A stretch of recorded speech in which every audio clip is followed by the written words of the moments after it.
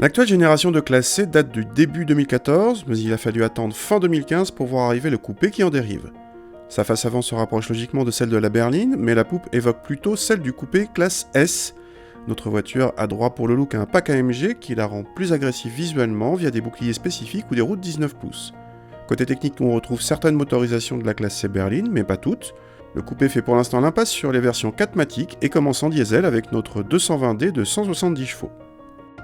A l'intérieur, on retrouve la planche de bord de la berline, ici avec un traitement original puisque nous avons droit à du bois noir sur la console centrale.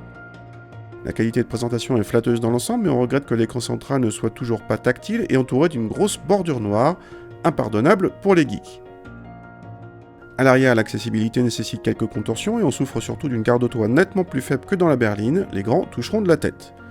Le coffre affiche une contenance de 400 décimètres cubes, proche de celle de la BMW série 4. Contact et ça ne commence pas très bien avec une sonorité diesel trop présente vu le positionnement luxueux de la voiture. Grâce à son couple généreux, ce bloc octroie des relances faciles même sur autoroute. La boîte automatique à 9 rapports est douce et bien gérée mais un peu lente. Côté châssis, notre voiture avec châssis sport et roue de 19 pouces s'est montrée ferme mais reste correctement amortie. Le train avant mordant bénéficie d'une direction très directe qui donne une sensation d'agilité agréable. Dans cette configuration, la voiture est clairement typée dynamique. Tellement que le diesel de 170 chevaux, agréable mais pas du tout sportif, ne s'accorde pas très bien avec cette partie châssis affûtée, il y a comme un décalage.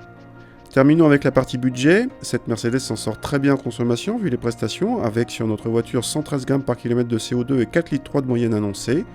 Pour le tarif, notre modèle d'essai dépasse les 60 000 € avec ses options, c'est aussi cher qu'une BMW 420D coupée en boîte automatique qui a quand même 20 chevaux de plus, car rappelons-le, ces 60 000 € concernent la petite motorisation diesel, celle de 170 chevaux.